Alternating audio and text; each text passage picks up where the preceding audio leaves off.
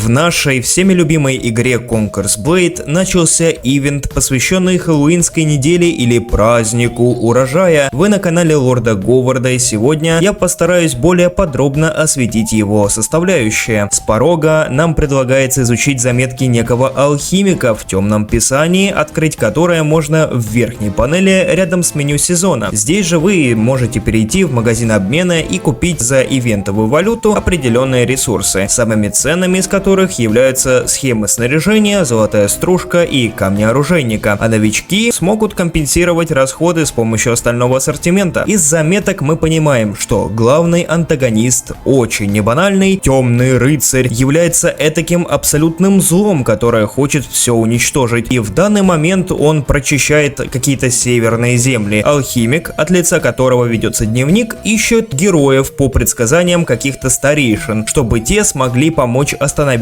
это зло, пока оно не вышло за рамки северных земель и не распространилось по всему континенту. И вот присоединившиеся герои, алхимики и выжившие собираются в последней крепости на севере, чтобы дать отпор этому злу. Собственно, начнем давать сам отпор. Через клавишу J переходим в поиск подбора матча событий, который наименован как «Защита на Хэллоуин». Нам предстоит на шедевральной и всеми любимой карте Форт Хейлунг поиграть в некий аналог Tower Defense в стилистике Conquer's Blade. И что ж тут все-таки нужно делать? Да все очень просто и банально. На карте появляются союзные юниты, которых нужно дефать от волн набегающих исчадий ада или пустоты, как вам угодно будет. Этими союзными юнитами могут быть как алхимики, селяне или рыцарями, неважно. Важно то, что тех, кого нужно дефать, отмечаются зеленым маркером на карте. Противников очень много, но они достаточно слабы. Всего волн атаки будет 4 штуки, и каждая сильнее предыдущей. Логично. Игроков на карте всего 5. Ах и да, дефать этих исчадий пустоты нужно не своими кровными отрядушками, а предложенными вам рандомно. В начале каждой волны вам дается 30 секунд на перемещение и подготовку, и в эти же 30 секунд предлагается выбрать новый отряд из 3 предложенных. Чем больше союзных юнитов останется в живых по окончанию каждой волны, тем сильнее отряды вам будут предлагаться, а также за каждого выжившего зеленого юнита вы получаете и поинты лидерства, за которые сможете в дальнейшем докупать отряды. В противном случае, если никого не останется, вы просто проиграете. То есть сам смысл — это сохранить по возможности абсолютно всех зеленых юнитов. Их число, чтобы вы могли отслеживать, всегда отображено вверху вашего экрана. И если вы сохраните максимум из возможных, прохождение будет супер лайтовым. И сейчас я вам подскажу, как легко этого добиться. Стартуем, естественно, тяжелым классом, так как ваши юниты не справятся в одиночку. Лучше всего брать классы с АОЕ пресетами. Отличный выбор — это молот, а для новичка палаш или щит-меч. Спросите, почему именно тяжи? Потому что волны содержат как мили, так и рейндж врагов в большом количестве, что хоть и не внесет в вас, как в героя, очень много урона, но вам просто придется очень долгое время обходиться без какого-либо захила, даже без бинтов. Разберем первую волну. Внизу карты у вас будет всего 2 точки для дефа. Это правая нижняя и левая нижняя точки. 2 персонажа должны остаться на правой точке, так как противники там будут лезть с 2 фронтов, а 3 игрока должны пойти на левый низ, так как там основной фронт атаки придется на 3 небольших лаза. Из отрядов советую брать зеленую коробку, синюю коробку и чакану. Можно еще баклеров каких-нибудь. Если таких отрядов у вас нет, не бойтесь рерольнуть. 2 поинта лидерки за реролл — это уж слишком мало для того, чтобы обанкротиться. Старайтесь не брать стрелков вообще. Чакану на первой волне — это, конечно, простительно, но вот брать стрелков на следующих раундах — это уже руина игры и себе, и команде. Коробками играйте через атаку и не ставьте их в построение, так как на первой волне будут огнеметатели, которые быстро разберут скучковавшуюся цель, контролируя ее огнем. Поэтому отправляйте коробку в атаку на букву В, а героям бегите и вырезайте огнеметателей. Как только это сделали, резко на 180 и дуйте к селянам их дефать от прорвавшихся микрочеликов. Также рандомные селяне на всех волнах могут отступать выше по карте, а не сидеть на месте. Внимательно смотрите за ними и следуйте их дефать. И рекомендую раз в 30 секунд поворачивать голову на 360, так как внезапно может открыться дополнительный маленький фронт с небольшим количеством врагов, которые очень, кстати, выходят на отступающих селян. Никогда не оставляйте их без присмотра. пересмотра. Думаю, мало у кого возникают проблемы на этом этапе, поэтому перейдем сразу к следующему. Вторая волна почти ничем не отличается, однако открывается дополнительный третий маркер дефа, которому за время подготовки, те самых 30 секунд в начале раунда, нужно прийти одним персонажем. Данный маркер может появиться в самом верху карты или справа, поэтому внимательно смотрите на карту перед его появлением, чтобы оказаться там вовремя. Соответственно, у данного персонажа должен быть хороший статик-отряд, например, синие алебарды или фиолетовая коробка. Если выпадут увеи или криксбрудеры, пешие рыцари или берсы, отлично, это может пригодиться вообще абсолютно на всех позициях. Соответственно, теперь на двух нижних точках у вас остается по 2 игрока и на новом открывшемся фронте 1. А если вдруг вы выбрали хилый отряд и не прислушались к моим советам, его быстро выстегнули, а предыдущий из прошлого раунда у вас вдруг остался целый, бегите на плюс и меняйте его. К слову, на плюсике у вас сохраняются все купленные вами отряды, а покупать новые можно, нажав на латинскую клавишу U. Они сразу меняются и идут к вам с ближайшего плюса. И тут как бы больше никаких особенностей. Но вот сгущаются тучи, а это значит, что наступает третья волна. Открывается 4-й фронт, и теперь распределение игроков становится следующим. По одному на каждый зеленый маркер, а 5-й игрок между двумя нижними. Почему так? На одной из нижних точек в рандомном порядке будут появляться сифонофорцы, и на какой точке они будут появляться, на то и потребуется помощь. Думаю, не стоит говорить, что огонь в этой игре это имба, и вам будет очень больно. Соответственно, данный игрок должен будет помогать проседающей точке, и желательно, чтобы он был с криксбрудерами. После этого потеем каждый на своем месте и переходим к последней 4-й волне. Это итоговая и самая сложная волна, где зеленые маркеры 2 наверху и 2 внизу. Распределение остается тем же, однако самые ответственные роли идут наверх. Правая верхняя точка должна обороняться фалангой. Рольнуть ее достаточно просто, поэтому, думаю, проблем с этим не возникнет. Расположить ее нужно следующим образом, как на экране. Так, идущие с двух фронтов враги будут агриться именно на ваш отряд и ломиться в узкий проход. Тем самым вы не допустите врага в спину вашему союзнику снизу и быстро задефаете стак. Верхний левый маркер должен обороняться отрядом с хорошим отхилом, как пешие рыцари, варяжка или силахдары, может быть даже берсы. При этом лучше всего будет этому игроку еще и поставить пушку, ворона или пороховые ракеты. Пушки, кстати, тоже можно покупать через клавишу U в соответствующей вкладке. Отрядом дефаете один проход, а пушкой другой. Также перед началом последнего раунда советую сразу закупить отряды, так как в самый эпичный момент у вас просто не будет времени выбирать отряд и реролить его. Если вас убили, а в пуле осталось несколько живых отрядов, у вас выпадет рандомный для старта. И чтобы его сменить, нажмите на иконку и выберите нужный из нужного рода войск. Если вы сохранили много селян в прошлых войнах, вам могут выпасть эпические отряды. Алхимики будут создавать воронку с задержкой в 15 секунд, после которой все оказавшиеся в ней враги просто ваншотнутся. Также почти шотают мегабоссов, а отряд новых золотых пушек так вообще ставит 3 пороховых ракетницы и заливает залпы в нужную точку. Может, еще какие легенды есть, но я встречал только эти. Также совет: если вам выпадут вдруг увеи на ранних стадиях, лучше их сохранить до босс-файта, так как этот балансный юнит с крутилки просто шотает мегабоссов. А и да, на последнем этапе за 1,5 минуты до конца вылазит как раз таки эти 5 мегабоссов, которые, во-первых, очень жирные, а во-вторых, очень сильно дамажат АОЕ с пылами. При этом еще и появляются гренадеры Шенжи, сифонофорцы и ополченцы-огнеметатели разом, поэтому старайтесь сохранить как можно больше хороших ПВЕ отрядов на конец и не жалейте их. Видите, что половина погибла, уже бегите на плюс их менять. В общем, все это ну прям очень больно, но самое главное, чтобы у вас остался хотя бы один селянин до конца, и тогда победа будет вашей. Однако награды будут следующие. За первую победу дня вы получите 60 конфет, за остальные по 4 конфеты, за проигрыш на последнем этапе 1 конфету. Если все идет хорошо, катка займет примерно 18 минут. Надеюсь, я смог помочь разобраться в данном ивенте, а не нагнал вам еще больше ужасов. Кстати, на одной платформе, которая очень может быть вам знакома визуально, у меня тоже проходит ивент, в котором требуется собрать самый уродливый сет из образов в игре. Подробности и описание найдете в канале Ивенты, а доступен он, кстати, только подписчикам. Если вдруг у вас нет такой роли на сервере, смотрите там же, как ее получить. С вами был Лорд Говард. Удачного урожая!